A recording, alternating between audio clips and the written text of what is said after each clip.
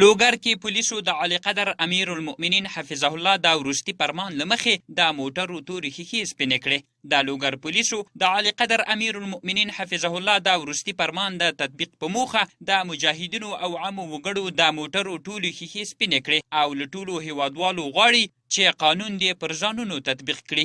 د لوګر د امنیه قمندانۍ ویان مولوي احمد الله انس د دې اقدام موخه د ولس ساتنه او د لا ښه ډیر امنیت تأمین بولي.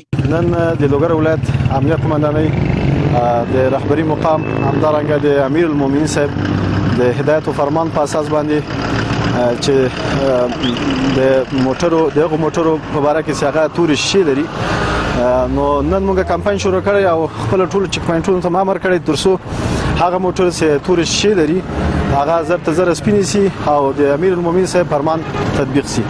نو سل نن موږ ټول خپل چک پوینټونو همدارنګه هغه مجاهدینو چې هغه وخت چک پوینټ اچي دغه پروسه په مخ وړي، هغه په خپل د موږ په نظامی کسانو همدارنګه په ملکی کسانو باندې تطبیق ورده او لدین به ورسته هیڅ چاته موږ اجازه ورنکو چې هغه تور شو موټرو کې وګرځي.